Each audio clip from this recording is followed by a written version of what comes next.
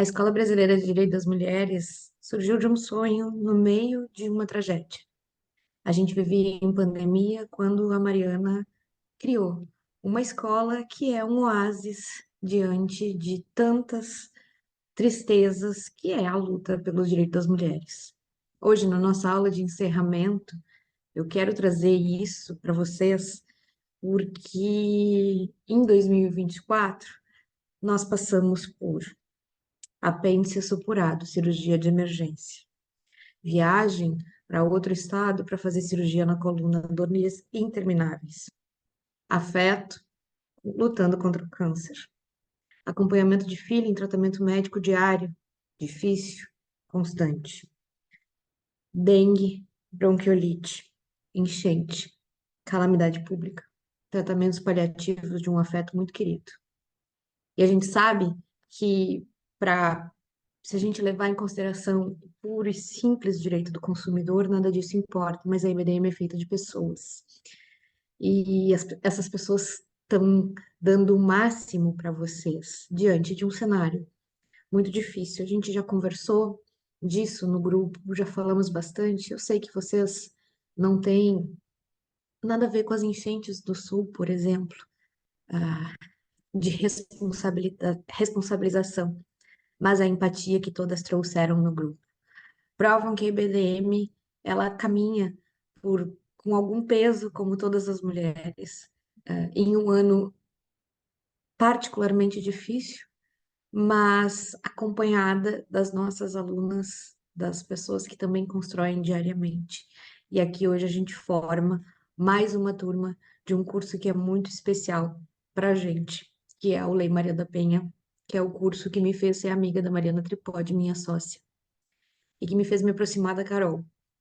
Essa aula de hoje ela foi construída a muitas mãos, porque muito embora faça parte da rotina a gente avaliar, a nossa rotina anda um pouco diferente. Eu quero agradecer a Mari e a Carol por terem organizado essa aula comigo, para mim, que eu estou passando por um momento muito delicado. E quero deixar isso público, gravado, para que vocês saibam também. E vir aqui na EBDM hoje é uma reconexão, um, um lugar que é muito especial. A EBDM na pandemia e em momentos de crise foi e é refúgio, como eu falei desde o início. É esperança, somatório, é a, a gente ter certeza de que a gente não está sozinho. Entre erros e acertos e o percurso, ele se torna mais leve se a gente compartilha com mulheres. Eu sempre fiz uma analogia, uma frase que eu não sei se eu vou usar para além de hoje, mas que fala que as mulheres são como águas e juntas elas ficam mais fortes. Eu tô com um pouco de medo de água de estar no sul, então eu não sei o que que eu vou pensar sobre essa frase. Mas eu tenho certeza de que somos mais fortes juntas. E precisava vir aqui iniciar esse nosso encerramento, essa nossa formatura, falando para nossa aluna que nos acompanhou em todos esses meses, porque eu tenho certeza que se vocês pegarem tudo que aconteceu nesses meses, vocês também vão ter muitos e muitos e muitos desafios. De vez em quando os desafios eles parecem que nos sufocam, de vez em quando os desafios eles parecem que não param. E é assim que a gente fez a IBDM e de vez em quando eu sei que toda mulher passa por momentos assim. E da força da mulher vem o cumprimento de prazos, a capacitação, a busca de um mundo melhor e a compreensão de que para a gente construir um mundo melhor para as mulheres das próximas gerações, a gente precisa estudar e se capacitar e entender e ir adiante juntas. Então, muito obrigada por optarem ir adiante junto da IBDM e serem mulheres que ajudam juridicamente a defender os direitos humanos de outras mulheres. Essa aula eu vou dedicar em especial para uma mulher muito importante, que é a Jussara, minha sogra, que está passando por um tratamento oncológico e que está num momento muito difícil, mas que ela me mostrou que as mulheres não desistem uma das outras e é isso que eu vou levar para o resto da minha vida. Então, passado essa apresentação, que também é um encerramento de muitos ciclos. Hoje a gente vai falar um pouco e vocês fiquem à vontade para me interromper na hora que quiserem, para perguntar. Essa é uma casa construída por todas nós. E esse é um espaço de atualização, é um espaço que também não termina no fim do curso. Nossas alunas viram amigas, caminham junto conosco. Nós temos um grupo grande da IBDM para a gente partilhar dúvidas diárias. Temos um grupo VIP para as associadas, para compartilharem suas angústias, suas dúvidas, pedirem a ajuda das colegas. É um grupo em que se faz conexões, que uma aluna do primeiro curso Maria da Penha, do Nordeste, fez parceria com outra do Sul, que trabalham junto com outra do Sudeste, que ajudam uma do Norte, e assim a EBDM se faz presente em todos os cantos do nosso país. E esse é um motivo de muito orgulho diante de todas as dificuldades. E muita gente já falou do curso, e muita gente já aprendeu, e o que resta é um legado que a gente traz um convite para uma atualização permanente, porque muitas vezes o que a gente aprendeu no mês passado no direito, vocês sabem, ele muda completamente. Essa aula de despedida, ela também é uma aula de atualizações de tudo que aconteceu do início desse curso, janeiro de 2024, até 22 de maio. E hoje, no dia que encerra, depois de a gente ter adiado por calamidade, por doença, hoje, no dia que se encerra, a gente tem uma alteração legislativa muito simbólica para mostrar para vocês que a gente segue com sempre necessidade de estudo, né? Então, Carol, pode começar a nossa aplicação. A gente fez um compilado para vocês. Hoje tá agora só a Daniela aqui com a gente, mas a gente depois, muitas das nossas alunas e associadas, enfim, seguem acompanhando. Um dos pedidos de vocês também, diante das tragédias, do que aconteceu, foi a ampliação do prazo, e isso depois vai ser comunicado para vocês, enfim, essa ampliação. Quem tiver alguma necessidade, especial pode nos chamar, que a gente está atenta. Então, eu vou trazer algumas legislações, algumas atualizações, alguns julgados muito importantes que aconteceram, então, que vieram à tona em 2024. Vamos lá.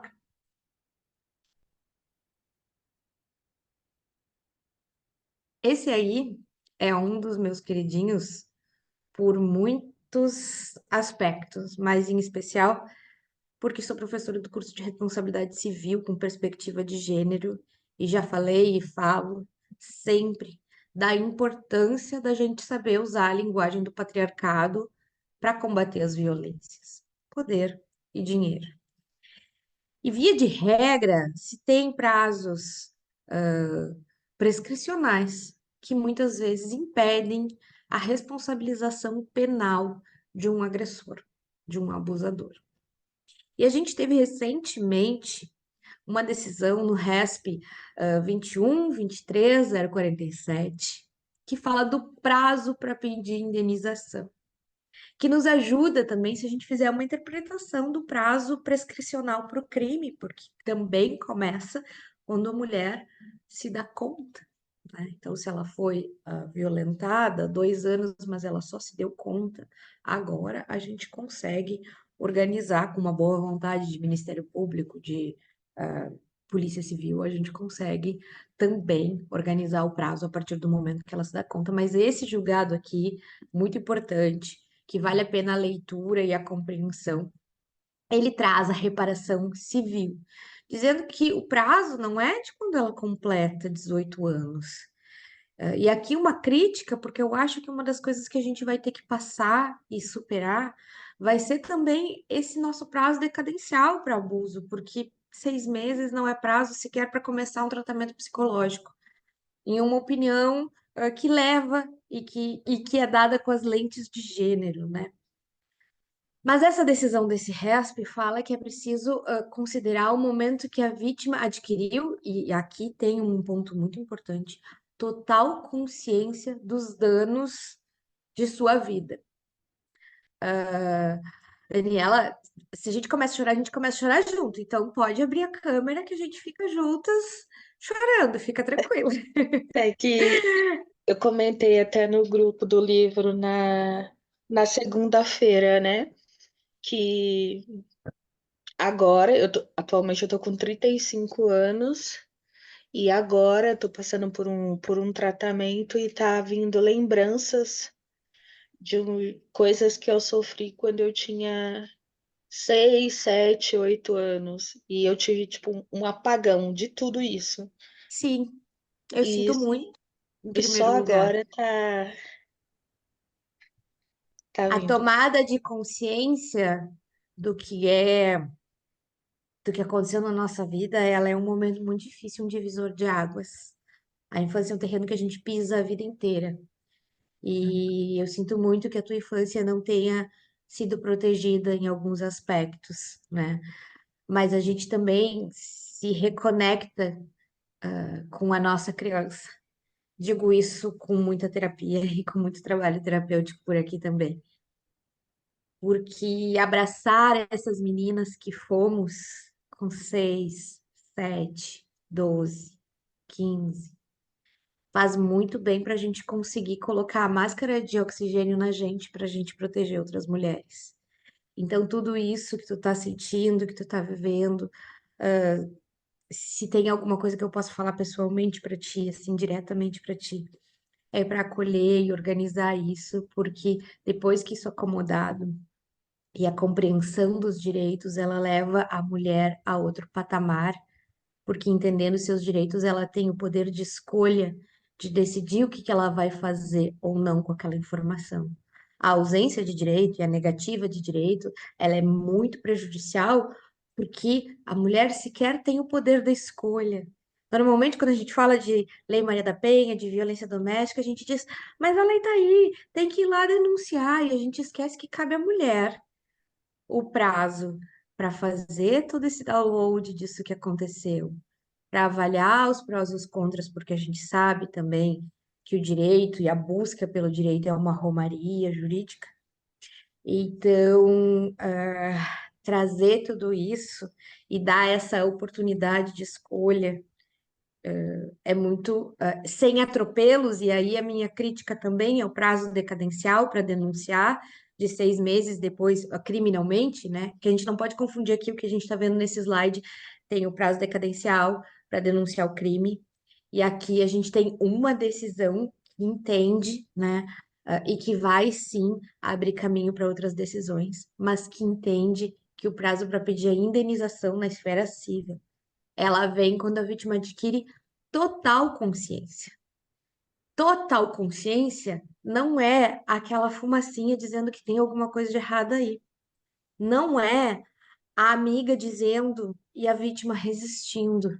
Não é aquele momento em que é o momento individual, intransferível, da grande queda de ficha. Isso pode acontecer sozinha, isso pode acontecer em tratamento terapêutico, isso pode acontecer conversando, pode acontecer na fila do supermercado, pode acontecer em qualquer lugar, mas é no momento em que tu leva em consideração toda a consequência disso para a tua vida, o que inclui a percepção de dificuldade de relacionamento. Então, eu tenho dificuldade de relacionamento por anos a fio, mas a ficha me cai de que eu sou assim por conta deste evento, é quando eu tenho percepção total. Quando eu percebo que talvez eu tenha doenças ginecológicas de recorrência, o que a gente fala aqui em muitos cursos, de que isso é uma coisa que pode ser sintoma de violência sexual, mas que muitas vezes a gente não liga, porque nós somos um corpo inteiro, e o nosso corpo ele fala conosco.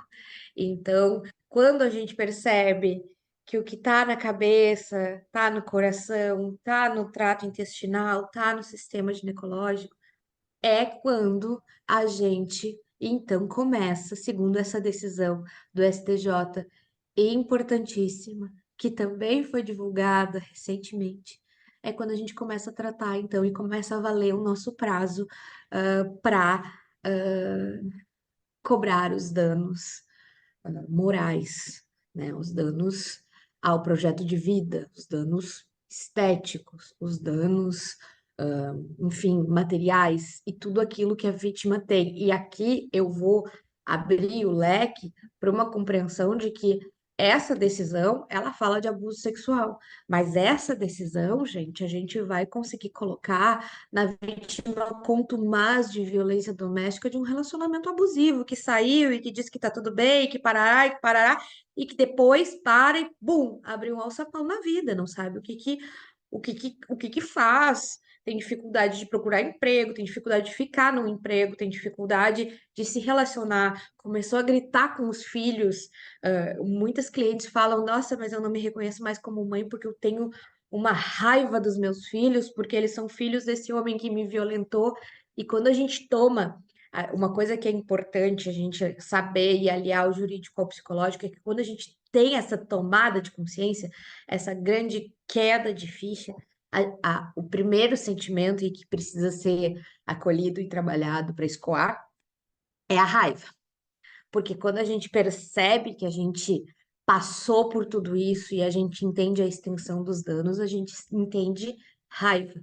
A gente reage com raiva, a gente reage também projetando às outras pessoas aquele sentimento de batalha, de ter um inimigo, de ter sempre em luta. A gente está sempre com o nosso módulo do cérebro reptiliano, aquele da reação, aquele natural, aquele, né, tá sempre ativado. Isso gera prejuízos incontáveis. Então, por exemplo, vou passar aqui um exemplo que me ocorre agora na cabeça, tá? Uma mulher que tem, que é diagnosticada como borderline, né? Que é aquela pessoa que sofreu tanto na infância que hoje ela vai para o limite da linha, da razão, enfim. E a psicologia nos traz todos os conceitos e ela foi diagnosticada como borderline. Mas porque o fator gerador disso foi porque ali, quando ela estava criando a psique dela, até os 7 anos, onde a criança desenvolve essa psique, ela foi abusada sexualmente. Mas ela vai ser diagnosticada assim, muito adulta. Claro que existem vários fatores da vida que somados, mas se a gente tem um laudo psicológico que aponta que há um link entre uma coisa ou outra, e por isso, quando a gente vai trabalhar com o direito das mulheres, a parceria com boas profissionais de saúde mental é fundamental para a gente poder conversar, trabalhar, explicar a tese, contar com uma profissional que seja ética e que diga: não, eu tenho uma profissional que me dá consultoria, ou seja, não é a profissional da minha cliente, é a profissional que me dá consultoria para que eu pense nas teses jurídicas e veja se elas são factíveis. Olha, eu posso pedir indenização nesse caso? Não posso. Olha, e direciona para daí sim os profissionais que atendem a cliente, a vítima, possam ser questionados se eles fazem laudos, se eles concordam com isso, para a gente pensar no embasamento de uma ação judicial, né? As ações judiciais, elas, para responsabilização civil, elas oscilam muito entre valores. A gente tem ações de 2.000 e ações de 200.000. Depende muito da comprovação do impacto, do dano à vida da mulher. Então, agora vindo para uma questão mais prática, probatória, a gente precisa sim instruir muito bem para conseguir, por exemplo, se a gente considera o momento em que a vítima adquiriu total consciência dos danos, uma das coisas que a gente pode pensar em juntar é um WhatsApp. Amiga, me dei conta que aconteceu alguma coisa comigo muito grave na minha infância. Isso é a prova do lapso temporal da tomada de consciência ao ponto de verbalizar, né?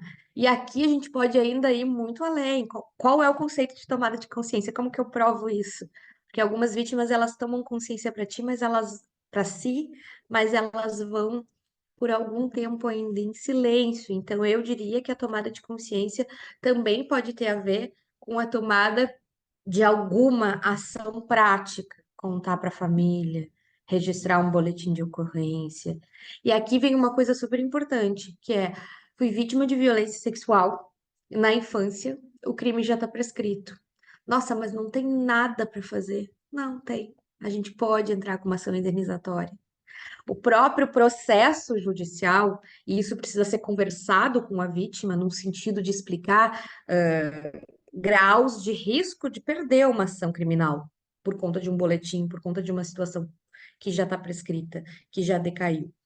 Mas o próprio processo judicial indenizatório, o juiz não vai olhar e dizer, eu nunca tive um processo, e olha que eu já entrei com processos indenizatórios de vítima que sofreram um abuso há 20 anos. O próprio processo judicial, ele é uma das penas a um homem agressor que nunca foi representado. Processo judicial sem sigilo, processo judicial com audiências, de instrução absolutamente vexatórias. É uma estratégia da gente colocar, eu falo muito isso no curso de responsabilidade civil, da gente colocar, as coisas no lugar que elas são. Né? Principalmente se a vítima tem assistência judiciária gratuita, porque daí não pega a sucumbência, né? Ou entra no JEC, porque também não pega sucumbência, dependendo da situação. Então, percebam como isso pode ser usado como estratégia para escoar o desejo da vítima. De vez em quando a gente não pode fazer a justiça, a punição, né, a reparação, mas a gente pode sim, sendo muito honesta com a vítima, de dizer: olha, esse é um processo fadado à derrota, a nossa vitória vai ser a instrução dele. Eu já fiz isso em algumas situações onde, com toda a proteção do protocolo para julgamento com perspectiva de gênero, com tudo que se havia ali, a vítima saiu satisfeita, mesmo sem ter recebido R$ 1, porque ela pôde olhar na cara do seu agressor e dizer: eu sei o que tu fez comigo. E isso, para a vítima, não tem preço. Então, muitas também me dizem: Gabi, eu não quero indenização. Eu disse, tudo bem, vamos já no inicial dizer uma instituição. Paga os meus honorários com o meu percentual e o resto tu faz o que tu quiser. Não é sobre dinheiro, é sobre exercício de poder através do dinheiro também. E o poder que foi exercido contra a vítima de forma violenta, mas que também é uma das linguagens do patriarcado. Então, mexer nesse ponto e ter essa decisão que nos dá mais tempo e uma maior percepção de que eu só entendo o dano é que eu sigo, é muito importante. Carol, pode passar para o próximo. Eu não sei se tem alguma dúvida aqui sobre isso, se está compreendido. A gente também vai mandar o RESP, se possível. Eu não sei se não está em sigilo. Eu vou ver, mas assim, todos os que não tiverem em Carol, sigilo, eu vou mandar para elas. tá. A Ana me disse que está travando bastante. As tuas últimas, acho que duas frases aqui também para mim travou bastante. Eu ia te Tá. avisar, Me mas agora. sinalizem que daí eu Ó, agora voltou, paro. por exemplo. Nesse Eu estou em momento Porto voltou. Alegre, no centro de Porto Alegre. Nós não temos uma conexão ainda muito estável aqui no sul. Então, me sinalizem, façam assim, que eu paro e espero a instabilidade passar e Beleza. retomo. O que eu perguntei é se alguém do tópico anterior tinha alguma dúvida. Ainda mais que a Dani e a Ana estão com aula particular hoje, está ótimo. Então, agora é a hora de irem tirando todas as dúvidas práticas, aproveitem. Quem está assistindo online, gente, nos manda dúvida nessa hora ali no grupo. Gabi, eu estou nesse ponto, eu tenho dúvida. Mandem todas as dúvidas que vocês tiverem quando vocês estão assistindo a aula online depois, tá? Dúvidas? Não? Então, tá. Passando para o outro ponto, e essa aula vai ser assim, um slide corta para outra coisa. Então, essa aula, os slides eles não têm, é uma série de episódios isolados, tá, gente? Mas o que eu vou dizer sobre esses episódios isolados é que todas essas coisas a gente já fala há bastante tempo, porque entendendo a teoria do direito, a gente consegue entender Essas coisas que agora precisam de obviedade. Defender mulher é chover no molhado. É dizer, oi, meu nome é Gabriela e a violência psicológica ela existe.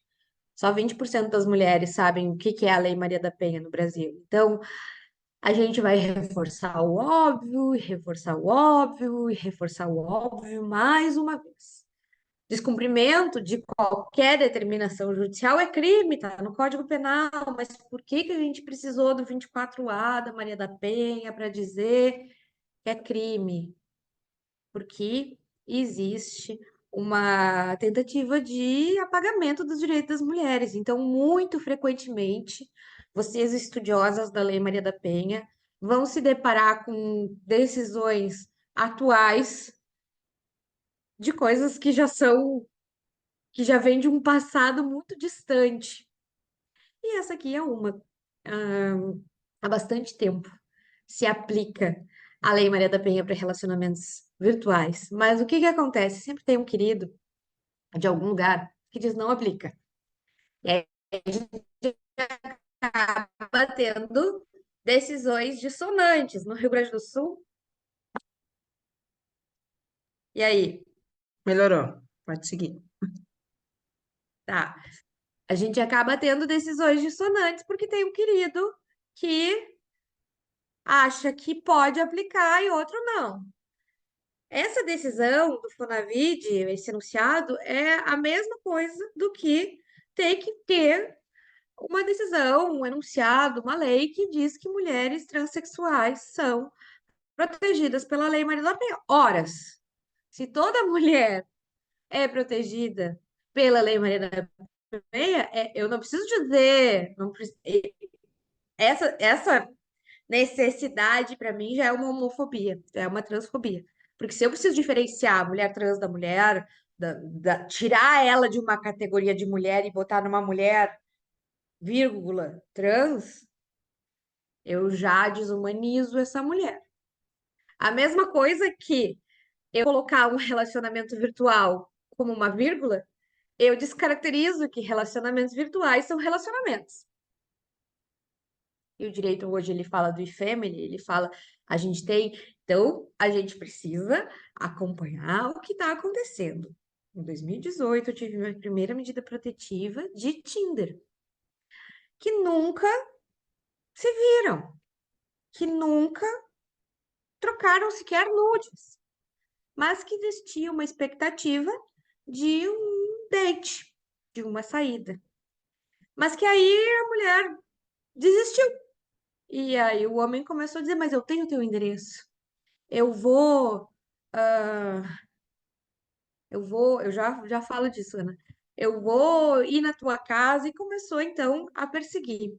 Relacionamentos íntimos de afeto são relacionamentos íntimos de afeto, independente de coabitação, independente de ser real ou virtual. Porque a gente vive num mundo em que sim, relações virtuais elas acontecem. E a gente vive num mundo pandêmico. E a gente vive num mundo de enchente. E a gente vive num mundo em que a gente já não tem a liberdade plena de sair a hora que a gente quiser. E que seres humanos sentem tesão. Seres humanos se relacionam afetivamente, independente de poderem ou não sair de casa. E a gente vive num mundo onde há tecnologia e a tecnologia é um marco civilizatório, ou seja, nada será como antes desde o início da internet, não tem como a gente achar. Então, a gente tem aqui o Fonavide nos dizendo o óbvio. E olha, foi aprovado em setembro, mas se fez um estardalhaço agora. Que é, considera-se também relação íntima de afeto aquela estabelecida ou mantida por meio de rede mundial de computadores. Aqui a gente está falando de Tinder, gente. Mas a gente também está falando do bate-papo UOL. A gente também está falando do WhatsApp. A gente também está falando de e-mail. A gente também está falando de qualquer outro tipo de aplicativo ou de conversa. Porque é relação íntima. Eu estou protegida por uma tela, mas eu estou mesmo protegida por uma tela. Hoje a gente fala de estupro virtual, stalking. Existem em alguns países, em sua legislação de gênero, um modo ali que quando a gente vai falar dos tipos de violência, tem física, psicológica, moral, patrimonial e sexual. E desde o começo que eu comecei a estudar, eu defendo que tenha a violência virtual, porque ela é um misto de muitas violências. Ela pode ser uma violência moral, ela é uma violência psicológica, ela pode ser uma violência sexual, ela pode te afetar tanto que tu tenha um impacto físico e ela pode te tirar um bom patrimônio, porque a gente tem estelionatos afetivos de relacionamentos íntimos pela internet. Então ela é um combo, tu bota todas as violências, sacode na internet e a gente tem a violência virtual, em que eu defendo que seja um tipo a mais de violência que talvez precisasse estar ali, na Lei Maria da Penha também, né? Ainda que tenha ressalvas de o tanto que se mexe na Lei Maria da Penha, porque eu acho que ela tem que evoluir, mas ela também devia ficar guardada num potinho, assim. A gente não devia mexer tanto nela, porque isso abre margem para tantos projetos que alteram a Lei Maria da Penha, e de vez em quando a gente acha, uau, um projeto bom para evoluir a Maria da Penha, e aí veio um boi de piranha dentro desse projeto que proíbe o aborto legal, porque é assim que as coisas funcionam em um estado como o nosso, que tem um parlamento tão conservador e tão contra os direitos das mulheres. E aqui falando de todas as esferas e compreensões políticas, tá? E aí a gente fez também, quem fez esses slides todos para vocês hoje, a meu pedido foi a Carol. Carol também é gaúcha.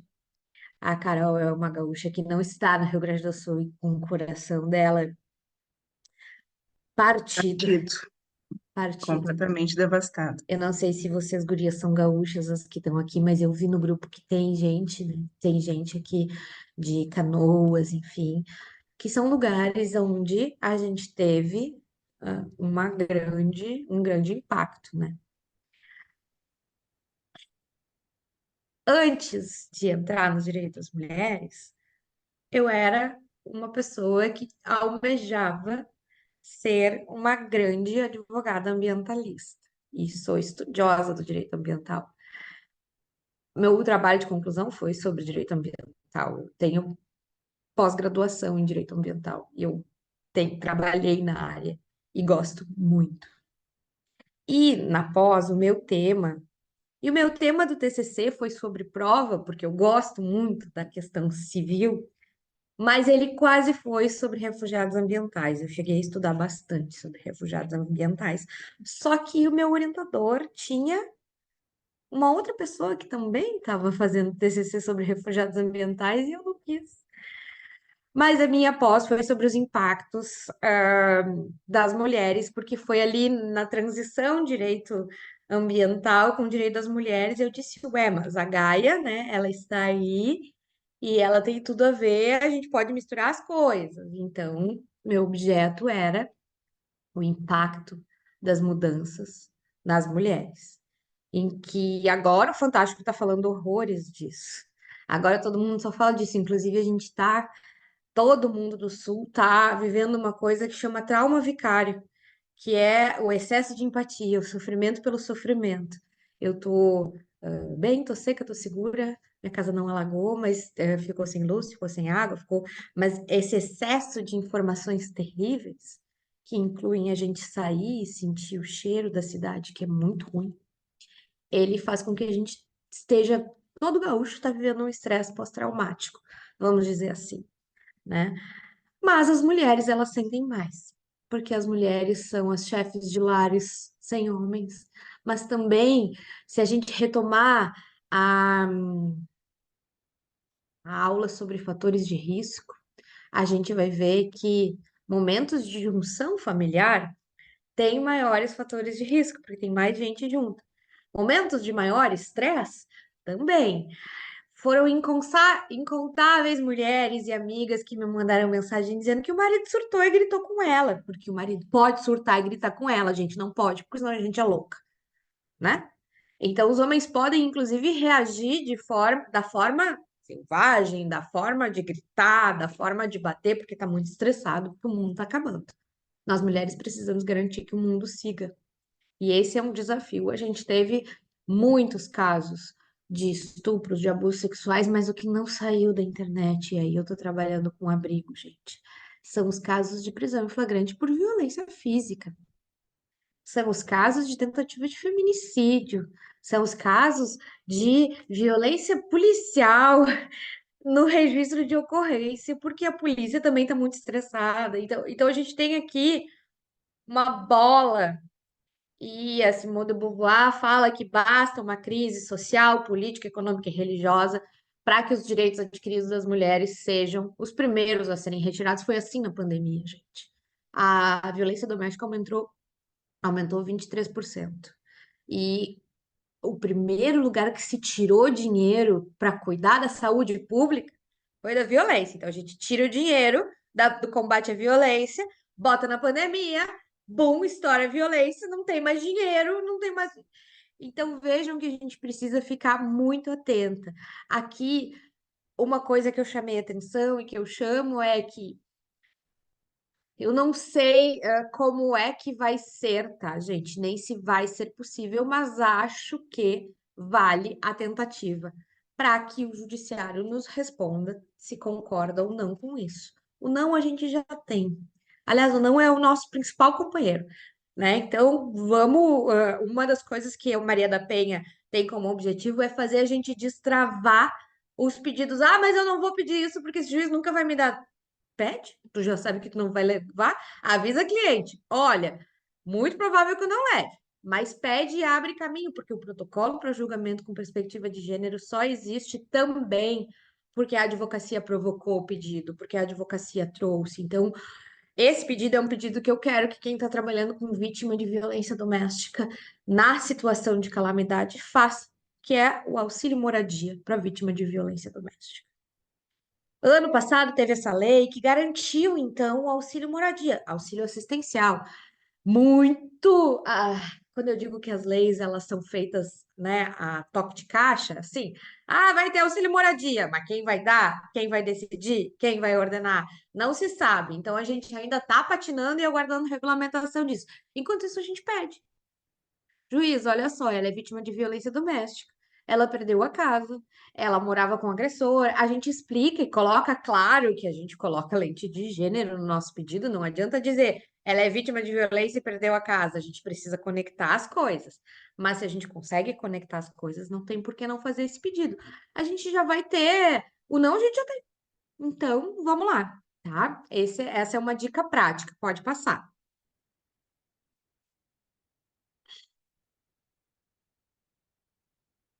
E aí, é isso, gente.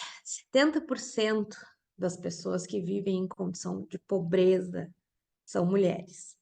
São as mulheres, a maior parte das chefes de família, né? A gente fala, é um homem que é chefe de família. No Brasil, a figura é a figura da mulher. Para a gente fazer esse exercício de distorção de papel de gênero, né? Porque o homem que é o chefe da família não. No Brasil, quem é a chefe da família é a mulher, né? E também são as mulheres que estão nos abrigos. Eu estou vendo aqui, eu queria passar um relato para vocês de como todas as mulheres, as empresárias, as ricas, as pobres, todas estão fazendo o que é possível. E a gente se vê diante de situação em que, de repente, no telefone a gente está falando com alguém para abastecer uma cidade inteira. A gente está falando com. E levando essa informação. E a gente consegue.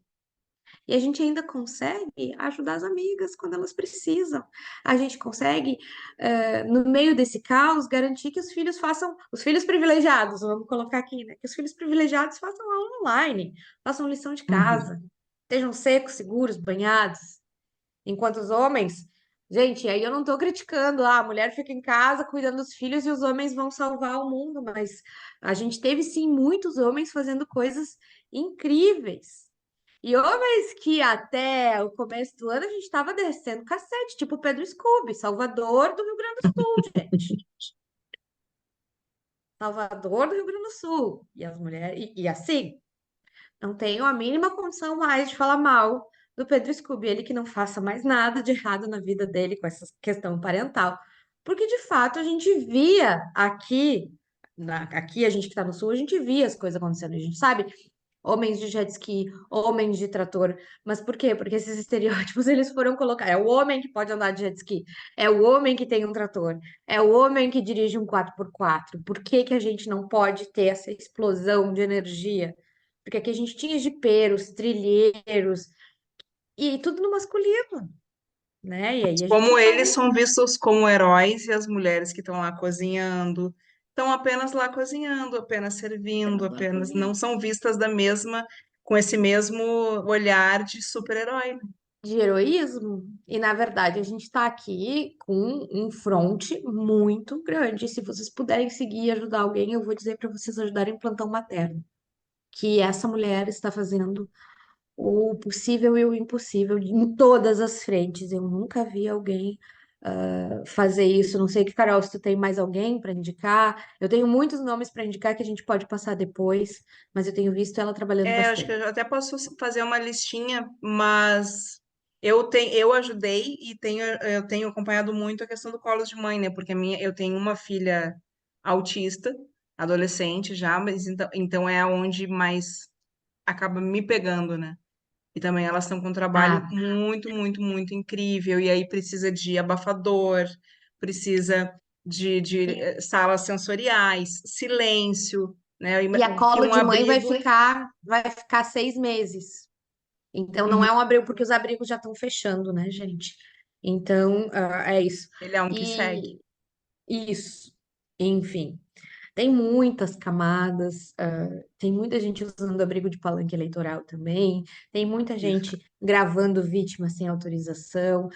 Mas nesse momento humanitário, a gente também passou um pouco de uma. Ninguém ia ver se quem estava te oferecendo a mão de um jet ski era um agressor ou não era, né? Porque a gente, o Estado ele caiu,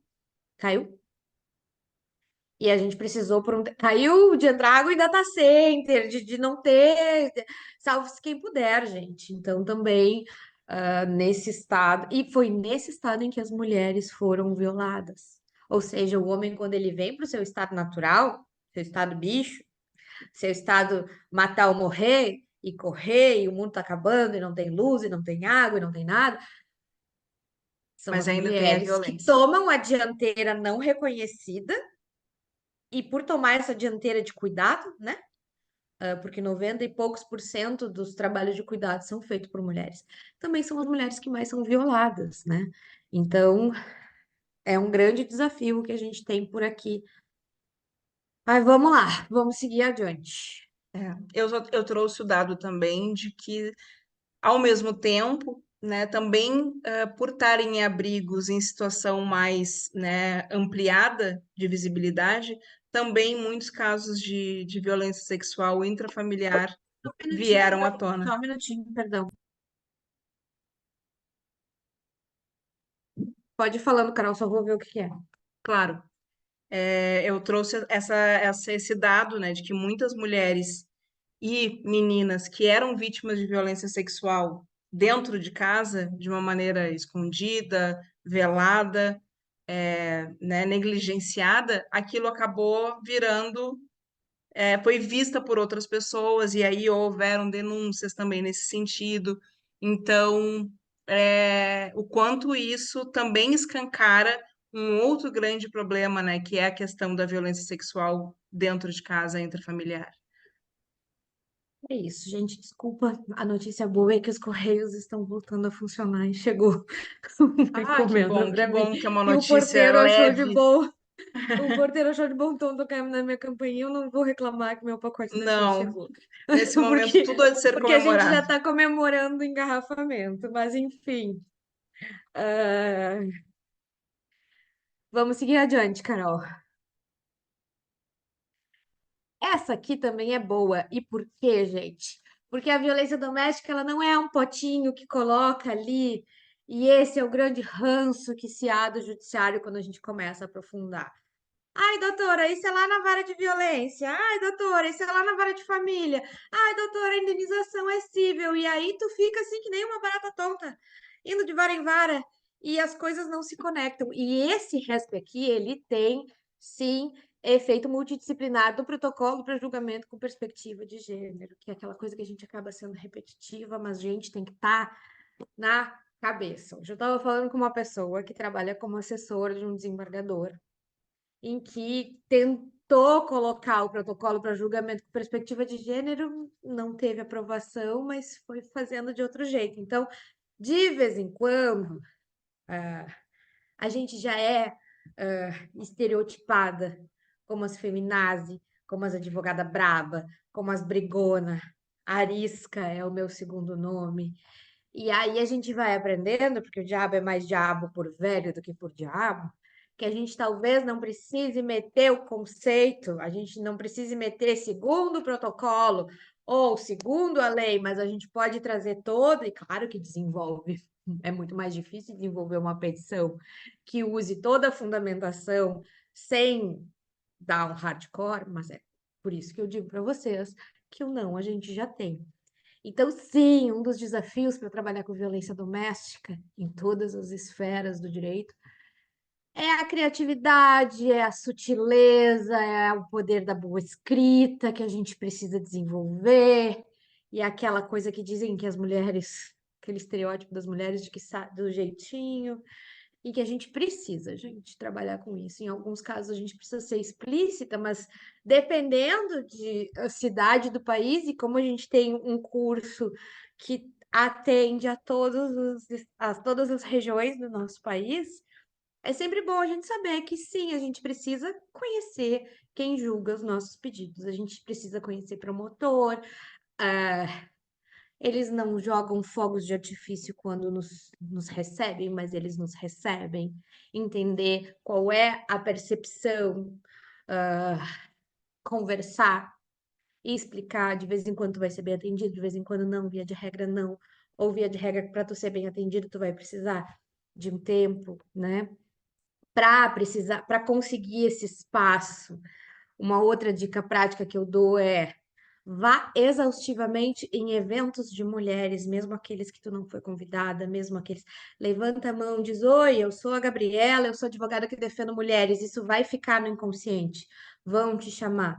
Eu fiz isso no começo da minha carreira. Eu encontrava a Carol à torta e à direita na OAB, porque a gente começa a conhecer, a gente sabe que aquela promotora ali, que é a nossa professora, inclusive, aqui, a doutora Ivana, aquela ali está em todos os eventos, a delegada Tati está em todos os eventos, a magistrada, ela está assim, e por aí a gente vai e consegue, não vantagem, não por baixo dos tapetes, mas dentro da regra, ser atendida, ser ouvida, olharem e falarem, essa pessoa, ela não está aqui só por estar aqui, ela está fazendo coisas práticas. Faça coisa para a sua comunidade, não adianta só querer ganhar dinheiro com medida protetiva. Vamos trabalhar também de forma pro bono. Essa é a minha percepção, tá, gente? Mas isso te ajuda a dar cancha. Eu trabalhei tanto pro bono e obviamente que os casos pro bono são os casos mais complexos que eu peguei, porque a vulnerabilidade social traz um emaranhado de problemas que a gente não consegue, talvez com uma vida um pouco mais funcional, a gente não se pegue num emaranhado tão difícil. E quando a gente começa a trabalhar com essas coisas emaranhadas, a gente começa a ganhar cancha, a gente começa a ganhar compreensão, para quando a gente for cobrar nossas clientes, para quando a gente for trabalhar, saber, o quanto nosso trabalho tem valor, o quanto dá trabalho que a gente faz. Dois, saber que talvez aquilo não seja o maior desafio. E três, ter sim uma proximidade. Tem cidades em que dá para trabalhar de defensora da ativa, que dá para conversar, que dá para, de repente, procurar um SAJU para fazer um serviço, mas estar em movimento também dentro do trabalho é importante, porque daí tu pega experiência, né? E aqui a gente tem essa multidisciplinariedade na nossa cara. A mulher vítima de violência não paga aluguel ao seu agressor. E aqui, gente, a gente pega a violência doméstica e coloca ela como um eixo central do direito de família. E não do direito de família guarda, do direito de família patrimonial. E vocês não sabem o que dá de inferno, ou vocês sabem, na vida de quem trabalha com divórcio. essa coisa de aluguel e vai ficar na casa, e daí quando fica na casa tem que pagar aluguel, e quando sai da casa abandona o lar, e esse monte de estereótipo social, gente, em que é uma loucura. Então, essa decisão, para quem vai pegar, assim como eu pego muito aquele combão, medida protetiva, divórcio complicado, isso aqui tem que estar na ponta da língua, essa decisão que eu indico a leitura atenta, né? Enfim, para isso. Vamos lá, Carol.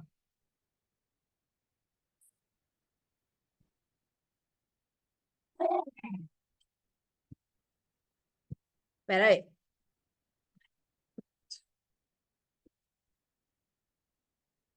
E aqui a gente tem uma coisa prática, tá, gente?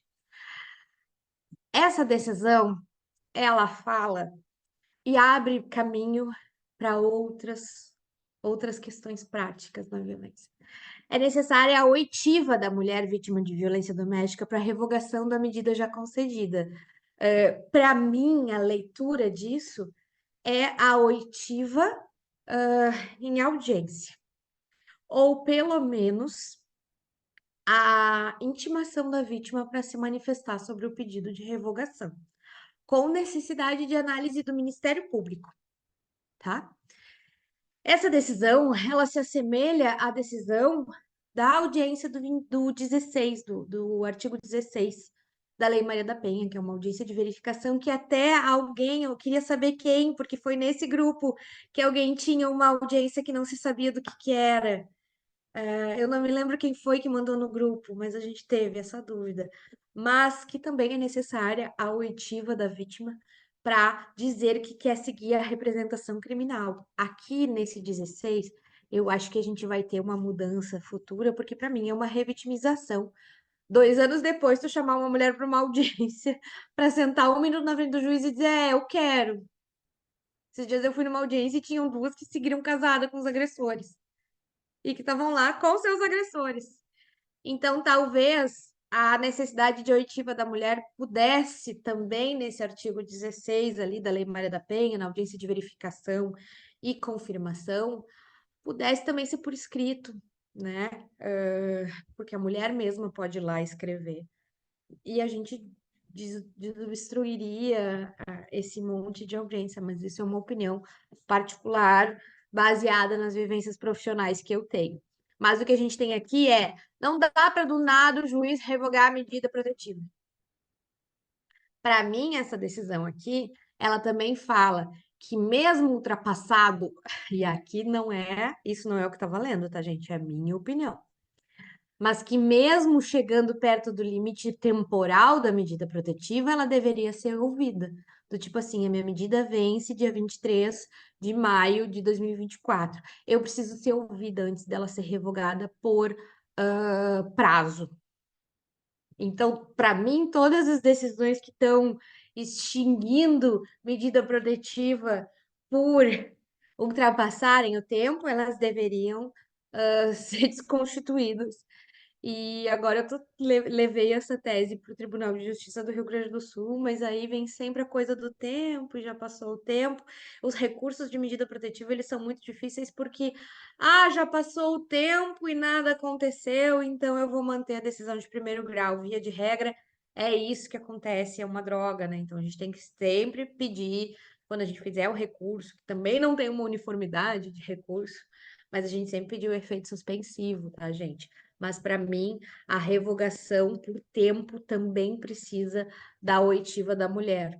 E a gente fica estereotipada como tá sempre arranjando um problema e tudo mais.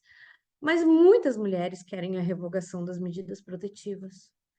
Para muitas mulheres, aquelas que já passou o medo, já organizou, é um direito legítimo.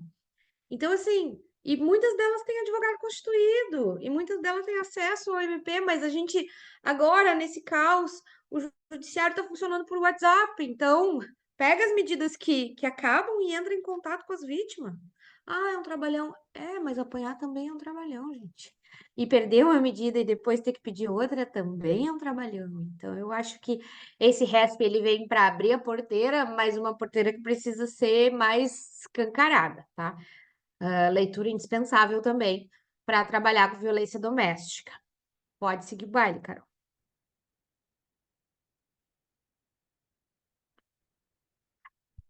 Aqui nós temos também uma lei de 2024 que fala o óbvio, porque a gente tem na lei do SUS o atendimento prioritário à vítima de violência doméstica, e a gente tem determinações que falam do atendimento em separado, mas precisamos de uma lei nova, né?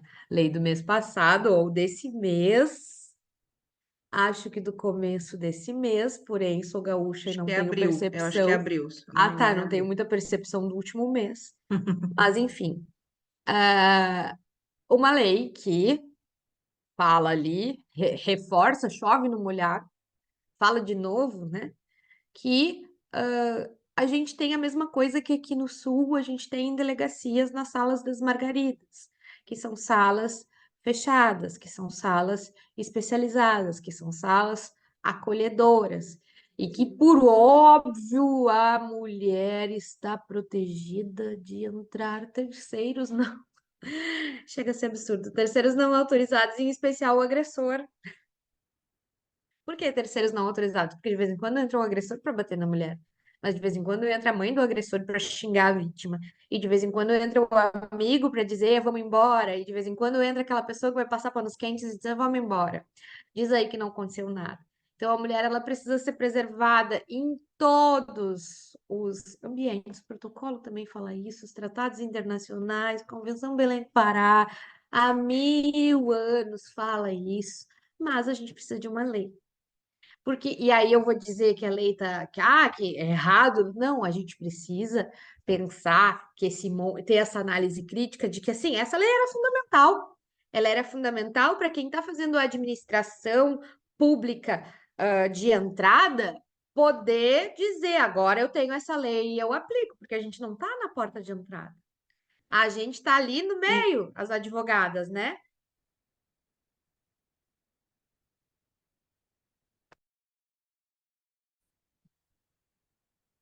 Agora Oi? voltou. Voltou. Tá. Nós, advogadas, nós não estamos necessariamente na porta de entrada da vítima de violência. Algumas sim, a gente tem assistentes sociais, a gente tem pessoas que trabalham no SUS, mas a gente não tá. A gente não sabe como é difícil para um município conseguir verba para alguma coisa. Então, de vez em quando a gente olha, ai, mais uma lei, mas essa lei ela vai ter aplicação prática para quem está lá dentro do hospital. E de vez em quando diz, tem que fazer. E aqui, gente, a gente tem outra coisa. Não é só a vítima de violência que tem. A vítima de violência obstétrica também tem. A parturiente que teve aborto também tem. A realidade do SUS não tem onde deixar as pessoas sentadas. Então, uma aplicação prática vai ser difícil. Mas, de novo, conhecimento sobre seus direitos ajuda a mulher a se empoderar. E eu tenho mulher que eu atendi que foi fazer o atendimento de profilaxia em violência sexual e que sabia de alguns direitos e do tipo assim, não lava a calcinha, que calcinha é evidência. Umas coisas dentro do SUS. Então, quanto mais a gente espalhar essa notícia, mais a gente espalhar essa alteração legislativa que, apesar de óbvio, é fundamental, melhor e mais amplo o atendimento às mulheres, tá? Lembrando que vítima de violência deve ser atendida sem registro de ocorrência policial. Em muitos lugares, as vítimas são exigidas, principalmente vítima de violência sexual, que se faça o registro de ocorrência, mas de novo a gente volta porque eu falei no começo da aula, que é a vítima tem poder de escolha. Claro que nós vamos prestar esclarecimentos. E aqui eu falo porque eu sei que tem gente da saúde, aluna também. É claro que a gente vai prestar esclarecimento. É claro que a gente vai tentar ajudar essa mulher. Mas se ela não quiser, a gente não vai dizer, ah, merece apanhar, então. Porque a gente entende a complexidade daquele ciclo de violência que traz a mulher para dentro. Então, Esses dias eu fiquei indignada que eu vi alguém postando uma foto de uma mulher, de um vídeo de uma mulher ensanguentada que estava na porta da viatura porque o agressor estava sendo preso e ela dizia: que, ai, libera ele, libera ele. Ela tinha apanhado muito, mas aí a pessoa tava querendo dizer, olha como é o ciclo da violência, mas estava expondo o rosto, a voz, a condição daquela mulher. A gente não sabe o que que ela viveu, a gente não sabe o medo que ela tem de passar fome, de não poder alimentar os filhos naquela situação. E a gente se colocar, e de vez em quando, a gente se coloca num outro patamar, num patamar de dona da verdade. E eu sei que tem que denunciar, e eu sei que não sabe nada da vida dos outros. A gente aprende a respeitar a autodeterminação da mulher. Porque se ela não quer denunciar, tu pode levar ela, tu pode sentar ela do lado do policial, tu pode fazer o que for, e ela precisa estar pronta. Então, quando a gente fala fortalece uma mulher, é no sentido de leva conhecimento, oferece suporte jurídico, oferece aporte financeiro, suporte emocional, mas não vem dizer que ela está errada. Mas ela vai morrer. Sim, gente, mas aí a gente precisa entender todo o emaranhado, todas as teias que tem em relação a isso. E isso envolve também o hospital. Se a vítima chegou lá, apanhou e falou que tropeçou na maçaneta, tu não vai ridicularizar essa vítima, porque senão tu não entendeu nada sobre acolhimento de vítima de violência e percepção do mundo através das lentes de gênero, gente, tá? Audre Lorde tem uma frase que diz: Eu não serei livre enquanto outra mulher não for livre, ainda que as correntes dela sejam diferentes das minhas. E eu diria que, ainda que as limitações delas sejam diferentes das minhas, e ainda que o medo delas sejam diferentes dos meus, e ainda que a história delas seja diferente das minhas, que é isso que eu acho que ela quis dizer sobre as correntes, e claro que também com viés da negritude, mas para a gente entender, gente, que o que serve para mim e o limite que eu nunca vou me ultrapassar, não é o mesmo de uma mulher que teve outra história de vida e muitos abusos e muito isso e muito aquilo. Então, vamos vestir a sandália da humildade, vamos entender que a teoria ela funciona até a página 2 da prática. Porque esse curso, Maria da Penha, que a gente encerra hoje, ele, ele é o pezinho que a gente precisa dar para uma mulher trabalhar com a prática da Lei Maria da Penha. Mas nenhuma teoria substitui a prática, nenhum olhar humano é substituído por um livro, nenhuma leitura de lei. A gente pode ser as maiores conhecedoras da Lei Maria da Penha. Se a gente não souber como funciona na prática e a gente não entender de vulnerabilidade, tanto social quanto a vulnerabilidade das mulheres, a gente não vai ajudar ninguém, tá? Pode seguir, Carol. Só para reafirmar o que tu disse, né, da gente chover no molhado, a Convenção do Belém do Pará faz 30 anos, agora em junho. Então, olha quanto tempo, né? É, é isso. Aqui. Também outra decisão do STF que fala que é constitucional uma lei que cria um cadastro estadual de pessoas condenadas por crime praticados pelo contexto de violência doméstica e familiar. Ou seja, eu posso ter uma lista de agressor. Não é ilegal. Mas a pessoa vai ficar marcada. O Brasil é o quinto país mais violento do mundo para uma mulher existir. Então, sim, vai ficar. Mas todo mundo tem direito. Todo mundo tem direito. E olha que tem muitos cursos para homens, enfim, de elaboração que funcionam. Mas vão marcar com as nossas consequências. A mulher não é a responsável pelo homem ter sido condenado. E vamos lá, gente. Para ser condenado com trânsito em julgado, primeiro precisa passar pela audiência do 16, em que muitas desistem. Porque, na verdade, a mulher que quer a medida protetiva quer viver em paz. Quase nenhuma. Não, não, quase nenhuma não. A gente já tem um número maior de mulheres querendo a responsabilização criminal de seus agressores, mas ainda é menor. Depois, tem que superar a prescrição em concreto e abstrato do crime. Depois tem que superar a instrução penal, depois nós temos a sentença, depois nós temos o recurso, e normalmente a gente sobe, e aí quando viu, a pena já prescreveu lá no fim. Então, gente, para tu ser condenado por violência doméstica, É difícil e é uma condenação simbólica. Por isso que eu digo, seja o horror de um homem agressor dentro do processo. Faça perguntas daquelas que tu gostaria de tu fazer se tu tivesse sido vítima. Olha para o agressor no olho dele, bem no olho dele na audiência de instrução, para que ele saiba que tem alguém que reprova ele pelo que ele fez. Usa toda a legislação para fazer do processo e da instrução do processo a pena dele. Ai, Gabi, muitas vezes vai ser isso que a gente vai ter. Ai, Gabi, mas então você é especialista em perder. Sim, mas perder ganhando, gente, também. De vez em quando, a instrução, ela é muito mais valiosa. Uma denúncia, para a vítima ler uma denúncia de um promotor que denunciou aquele homem, ela é valiosa. Para a gente saber que um inquérito teve um indiciamento, é uma grande vitória.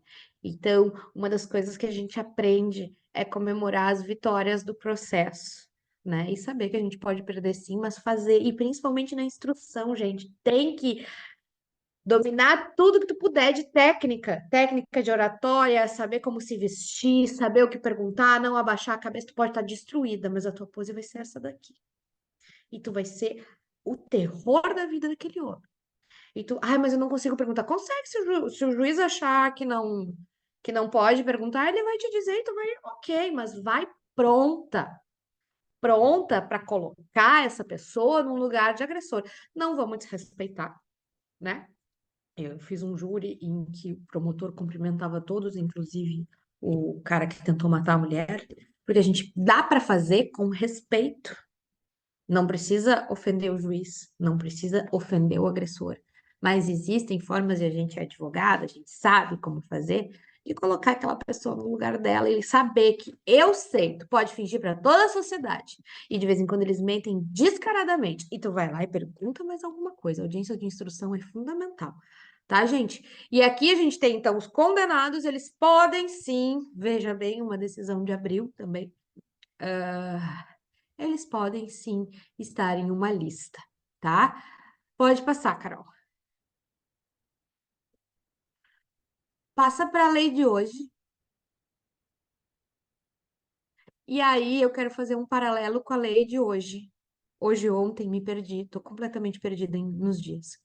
Mas assim, por que que a gente tem um cadastro de agressores, que os nomes deles estão públicos, inclusive pelo Estado, para que eles não assumam cargo público e para que o nome deles esteja em todas toda a Medina, né?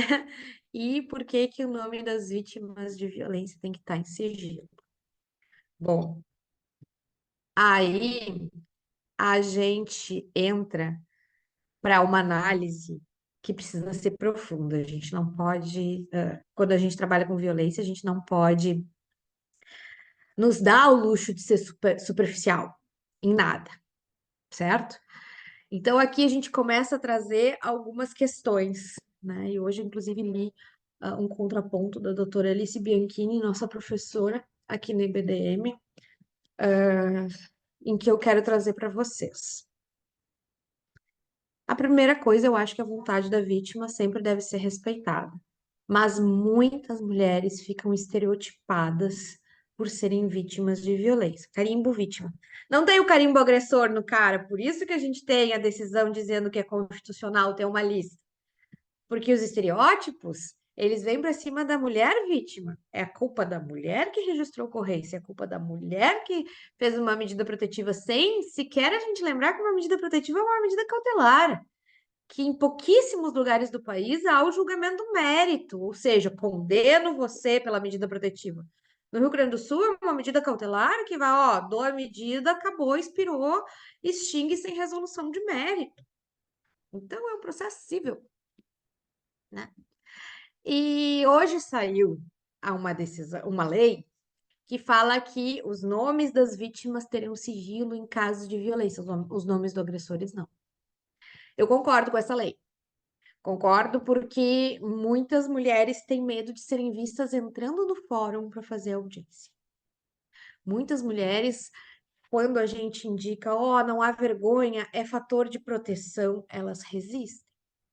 Ter o nome dela protegido e caber a ela entregar para o porteiro, pedir ajuda, é fundamental para o respeito constitucional à intimidade dessa mulher.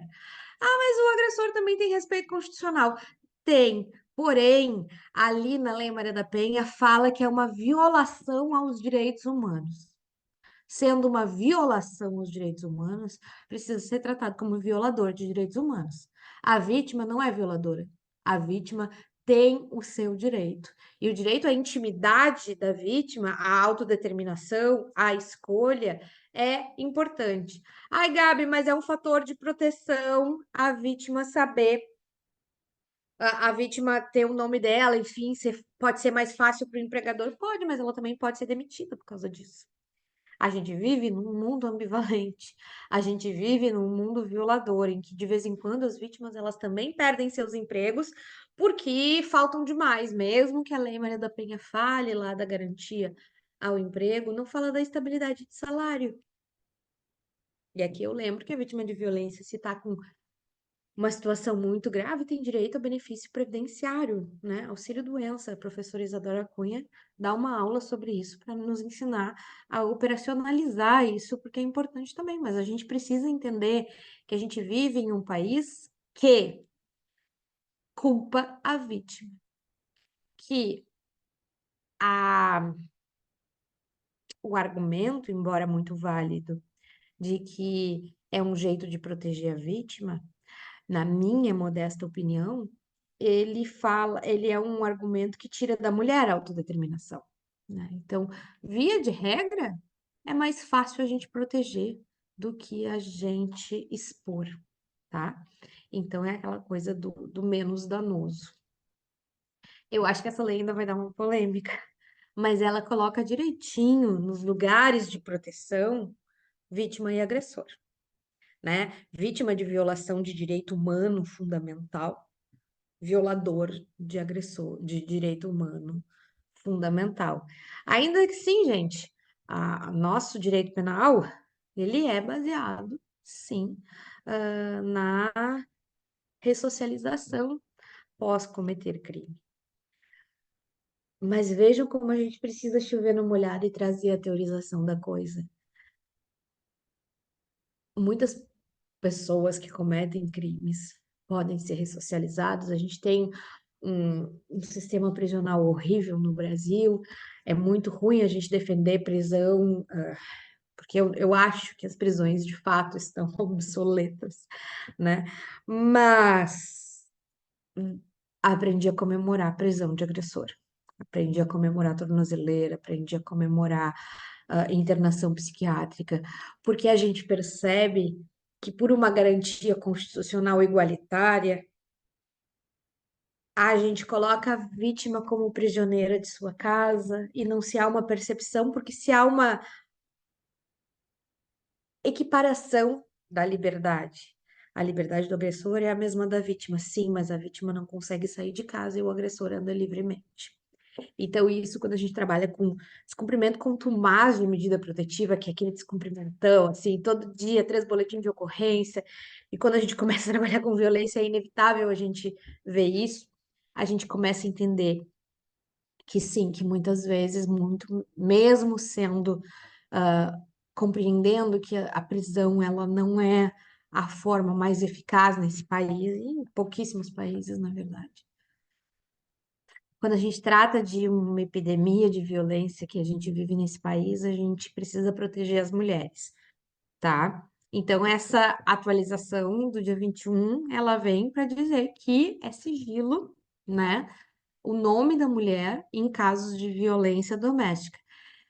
Aqui eu fico em dúvida, porque essas leis que alteram, elas são muito pequenininhas, né? Então, assim, em caso de violência doméstica, tá? A medida vai ser considerada caso de violência doméstica ou só a parte criminal? São as coisas que eu não sei responder para vocês ainda. A princípio, os dois, mas sempre vai ter alguém com pensamento diferente. Então, essa é a atualização mais recente que a gente tem. E aí, agora a gente pode voltar, Carol, para aquela última que era da medida protetiva, que é antes dessa aqui.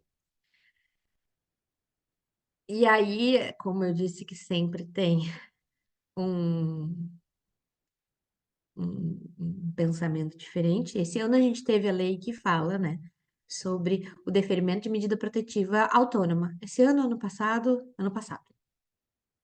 E aí a gente tem esse julgamento do STJ que fala que para o deferimento da medida protetiva é desnecessário o dano, basta a probabilidade do ato ilícito. Quando eu falo para as pessoas leigas, eu sempre falo pausadamente: medida protetiva de urgência, ou seja, é uma medida judicial que visa proteger um lado mais fraco em uma situação de urgência. A urgência, ela, se eu vou, para vocês entenderem, se eu vou esperar, a gente tem o objetivo da medida protetiva, né, da explicação da lei, é que é para evitar o feminicídio. Se é para evitar o feminicídio, é óbvio que eu não preciso do dano, porque o dano é a morte da mulher em razão de ser mulher. Então, a probabilidade do ilícito, aqui eu diria mais, gente, eu diria que é a probabilidade do risco, tá? Então, aqui eu trago que não precisa, né? O risco já é uma probabilidade, mas então, assim, a gente precisa entender que a medida protetiva é a fagulha, não é o incêndio. É para evitar o feminicídio. Ai, Gabi, mas então a palavra da mulher tem validade diferenciada. Se ela pedir uma medida para dizer ele tá me chamando de vagabunda, tem que dar a medida. Ah, mas não tem prova nenhuma, não precisa. Ele está me chamando de vagabunda. Depois, esse é o risco, essa é a urgência. Ai, Gabi, mas de vagabunda para o feminicídio de vez em quando é muito rápido. 40% dos feminicídios acontecem no anúncio do divórcio. Se eu me incomodei de ser chamada de vagabunda uma única vez, eu posso ser morta pedindo divórcio. Então, sim, eu preciso dessa medida de proteção urgente. Por quê? Porque não tem um dano. Ele não me matou ainda, mas eu tenho um risco. Por quê? Porque eu tô no Brasil. O risco é ser brasileira. O risco é estar no quinto país mais violento do mundo, em um país continental, um país em que a gente tem emergências climáticas, ao mesmo tempo que a gente tem polícia corrupta, ao mesmo tempo que a gente tem polícia morrendo, ao mesmo tempo que o Brasil é um caldeirão. Então, por isso também, né? E com essa compreensão, sim, eu afirmo que toda mulher brasileira ela tem um fator de risco. Ou seja, lá na nossa aula de fatores de risco, eu começaria com ser brasileira, fator de risco de violência doméstica. Porque se eu sou norueguesa e os países nórdicos são muito evoluídos, eu não tenho esse fator de risco, a não ser que eu esteja no Brasil, porque daí eu tenho também. Então, percebam, tá? Então, assim, basta a probabilidade do ato ilícito. Eu acho que ele vai me bater. Eu acho que ele vai me matar. Para fazer registro de ocorrência, eu não colocaria eu acho. Eu colocaria coisas que de fato aconteceram, por mais simples que sejam. Ele diz que eu não sou uma boa mãe. Isso tem sido fundamentação de deferimento de medida protetiva desde o protocolo. Difícil? Difícil. Tem lugar que não dá? Tem lugar que não dá. Mas o não a gente já tem, né? Então, é isso. A gente tem outras atualizações, Carol? Eu não me lembro, eu acho que a gente acabou com a de hoje. Era para ser, mas eu acabei que no slide ficou uma faltando. Para que vou chegar nela. Opa, Opa! aqui. Ah, e aí a gente Que também é de foi, agora. foi indo e voltando, mas por que que eu preciso falar de violência doméstica na vara da família? Porque a gente precisa chover no molhado. Se a violência doméstica acontece também no âmbito familiar, as varas de família precisam necessariamente, e eu acho que assim, ó, 2023 já foi um começo, 2024 está vindo bombando.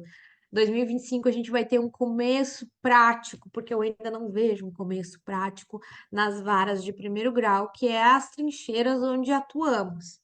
Mas aqui a gente tem esse RESP que fala que eventual exposição da criança, eu vou tatuar essa, com certeza eventual exposição da criança à situação de violência doméstica deve necessariamente, não é que deve.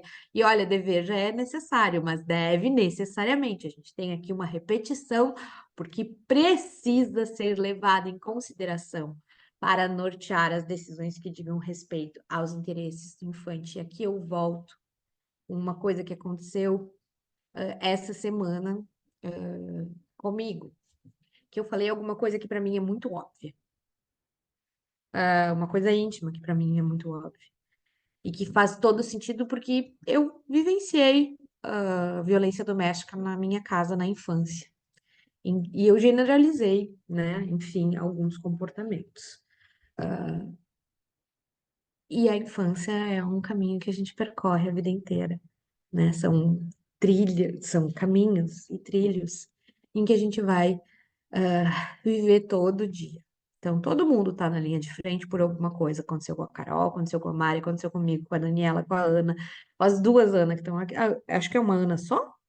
É, né? Que tá em dois lugares. Enfim, e com todo mundo que tá tendo, todo mundo tem as suas situações pessoais. E a nossa infância, ela dura para sempre, gente.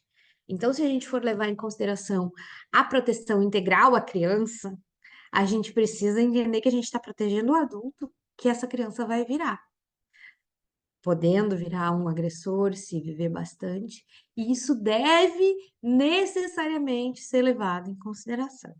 Esse RESP precisa estar na ponta da língua também, essas decisões, elas vão ser trazidas aqui para vocês, mas elas precisam ser estudadas. Eu vou falar como eu estudo, com um monte de marca-texto, estudando, quieto, ouvindo o som, mas assim com concentração total, porque essas decisões nos ajudam a entender que a gente tem que sair da mesmice de pedir a aplicação da medida protetiva, a aplicação da guarda, a gente pode sair um pouco da casinha, porque é assim que a gente abre precedente. Abre precedente na nossa, talvez não um precedente no STF, no STJ, mas a gente muda a compreensão de determinado juiz que traz ali uma perspectiva de gênero ou não. Então, estudar isso também nos diz, olha, mas tem aquele RESP ali, de vez em quando a gente vai saber, o juiz, o promotor não vai saber. Então, é bem importante a gente ter esse conhecimento. Com esse apanhado de atualizações dos últimos 2 meses, 3, a gente encerra a aula, abre para perguntas e agradece a participação de vocês, né, nesse nosso último encontro e nessa que foi a mais desafiadora empreitada da IBDM, num sentido de que todas tivemos situações pessoais muito delicadas e a gente agradece imensamente a persistência de vocês, a parceria de vocês, as dúvidas de vocês, os questionamentos de vocês. A gente está aqui para ser questionador, a gente não está aqui para aceitar tudo e a gente fica muito feliz de ter alunas assim. Bem-vindas à EBDM, quem não conhecia. Saiba que estamos sempre trabalhando, sempre abertas a ouvi-las e a ouvir os pedidos de vocês. Eu preciso de mais tempo para assistir, eu preciso disso. A Carol está aqui com a gente do começo do dia ao fim do dia, em todas as aulas e sempre, em todos os momentos. Vocês não imaginam como eles ocorrem nos bastidores, mas porque a gente constrói junto com vocês. Então, muito obrigada, gurias. Se vocês tiverem alguma dúvida também, podem perguntar. E se não, eu agradeço a todas vocês imensamente por essa parceria nesses meses, que com certeza ter vocês conosco trouxeram maior leveza e maior certeza de que o caminho da educação é o caminho transformador para uma sociedade que protege as mulheres e as meninas e todos os direitos humanos. A Ana chegou a me mandar mensagem aqui no privado pedindo se a gente vai estender um pouco o período, porque ela também passou por algumas situações. Pelo que eu entendi, acho que estava estudando para a prova da OAB. Ela falou em prova, a gente já logo imagina que é a prova da OAB, né? Já dá um aperto no coração. Já dá uma Vai lembrança, passar, Ana. Se é vai. isso, vai passar. E incrível, depois que passa, a gente fica pensando assim, gente, nem era tanto, mas era. É que depois que passa, tudo fica mais leve. Mas sim, a gente vai, a gente ainda não tem uma data certa, mas a gente comunica a vocês, não se preocupem, porque isso não vai ser um problema, um dificultador na formatura de vocês nesse curso. Então, tenho absoluta E Ana, certeza se a gente disso. conta, se eu conto, eu não sou a pessoa que diz, ai, eu passei de primeira, não, bem, enquanto eu estava fazendo meu TCC. Não, para mim foi um inferno, tá? Isso não me torna menos profissional, menos inteligente. Me fez ver que eu não sou boa de prova, mas eu passei mal uma vez, a outra vez eu passei mal de calor. Olha, eu Eu já tenho passei mal também. muitas histórias de OAB que não me definem em nada, em nada, a não ser que tá ok, não quero mais fazer prova na minha vida, não. Prefiro lutar com os leões aqui da advocacia. E não te engano, esse é o primeiro desafio. De vez em quando tu vai querer. Ai, que saudade de estar estudando para OAB e não estar estudando para esse raio desse julgamento, para esse raio desse júri. Enfim, aproveita o teu processo, sabe? Porque ele também vem, são muitos, então vai dar certo e conta com a gente. Se tiver alguma dúvida também nesses estudos, conta com a gente. É isso, gente. A gente finaliza mais um curso e estamos e seguiremos juntas todas. A EBDM vai estar sempre de portas abertas para todas vocês e reforço aqui que não só nesse curso, mas também dentro dos grupos, em que se vocês não fazem parte dos grupos grandes, dos grupos de associadas, entrem, porque é uma troca muito rica num sentido de estou fazendo uma execução de alimentos, não sei fazer, e se coloca muita coisa lá. Ah, eu tô com medo da medida protetiva, então se coloca muita coisa lá que nos ajuda, porque BDM surgiu de um sentimento que a Mari tinha lá em Brasília e eu tinha aqui no Sul, de uma solidão, de que a gente começou isso, meu escritório faz 7 anos agora, sexta-feira. A gente começou isso sem ninguém para nos dizer como que era ruim fazer uma audiência de instrução, sem ter, sabe? A gente foi descobrindo isso na, na prática. E se vocês puderem ouvir um conselho, enfim, ter esse espaço de EBDM, ele é um acolhimento muito necessário. E desde que a EBDM surgiu, eu nunca mais me senti sozinha, e isso é muito potente dentro de trabalho que a gente lida não com expectativa de direito, mas por luta. Então, se a gente luta pela luta, né? A própria luta é o nosso desejo final e é o nosso caminho do meio. Isso nos cansa bastante. Olhar para o lado e não se sentir sozinha é fundamental. Façam conexões, conversem com as suas colegas. A gente tem escritórios de direito das mulheres que foram montados através de conversas com escolas. A gente tem colegas que conseguiram emprego, colegas que conseguiram tantas coisas, né? Então, aproveitem esse momento de conexão. Fiquem ligadas quando a gente se encontrar pessoalmente, venham nos ver, participem dos nossos eventos também, que eles são todos feitos com muito carinho para vocês. Então, sucesso na vida de vocês e a gente vai continuar aqui vibrando com todas, tá bom? E contando com todas para a gente continuar fazendo EBDM. Eu acho que é É isso, né, isso. gente? Um forte É. abraço, uma excelente noite e finalizamos mais esse curso. Que coisa bem boa poder olhar para trás e a gente está formando tantas mulheres com capacidade transformadora e multiplicadora. Um abraço, gente. Um beijo, gente. Boa noite. A gente, né, segue aqui, contando com vocês em outros cursos, em outros momentos, mas sempre aqui. Boa noite, muito obrigada. Foi um lindo fechamento.